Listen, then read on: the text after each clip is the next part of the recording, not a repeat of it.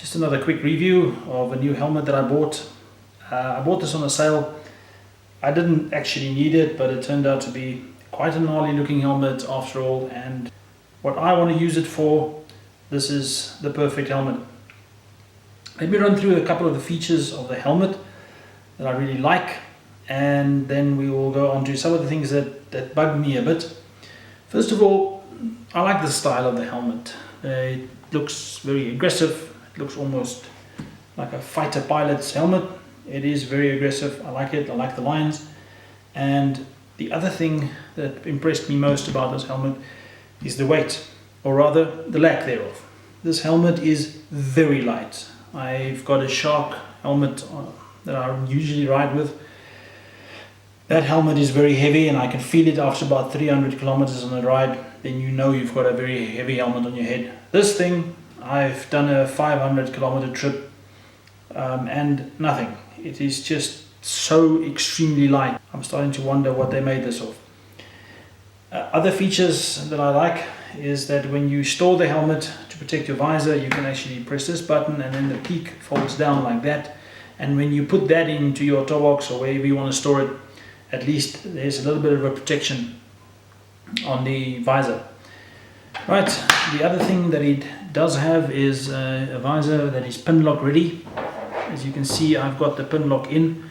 The pin lock works 100%. It works beautifully. It is a fantastic thing. The visor doesn't fog up at all, except I ride with glasses, so my glasses fog up, so that doesn't really help.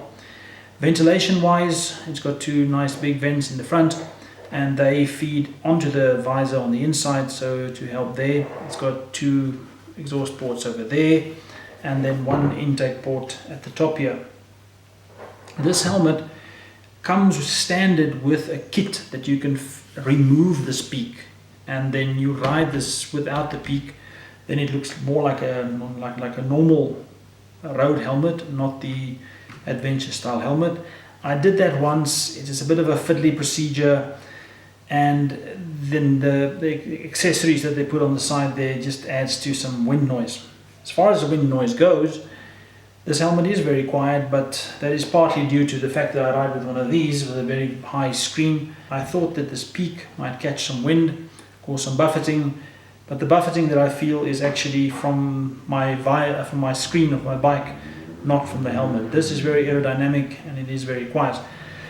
It also has a flip down sunscreen like that. This is a very nice feature. It's a nice big bulky switch.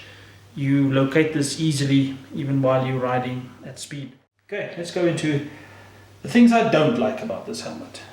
The latch, if you lock the helmet in, if you lock the visor in place, it is quite a procedure. There we go, it's locked.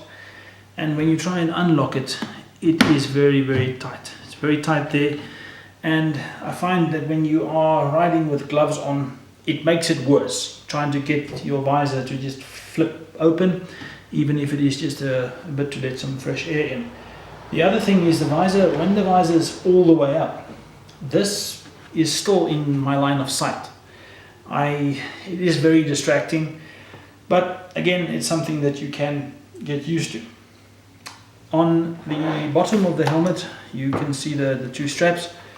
Now, what's missing here is a simple D-ring, so that if I want to lock my helmet onto my bike, I can't do that. Not with this. There's no place for me to string my helmet through. I can't lock this. It's not a feature. Now, if I've overlooked something, maybe somebody in the comment section can tell me what I'm missing.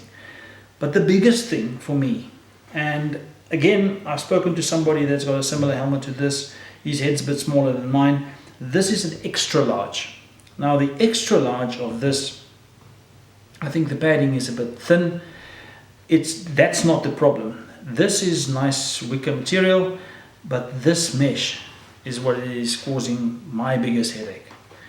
If you look closely and you see that point there and this point there, those 2 points hit me on the temple of my forehead exactly, and because it's the mesh part of it, scuffed my skin to the point that it's very sensitive. I once came back from a simple weekend trip and I had scabs there. It was very bad. So what I've done in the meantime is I bought myself a little balaclava.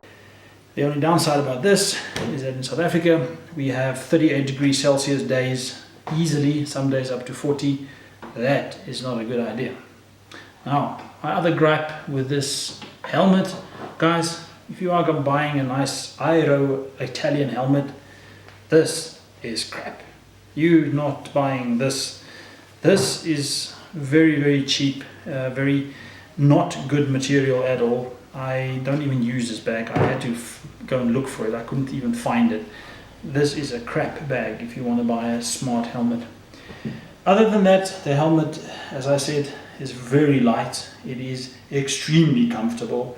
It fits the shape of my head to perfection. It is an extremely comfortable helmet and I would recommend it any day.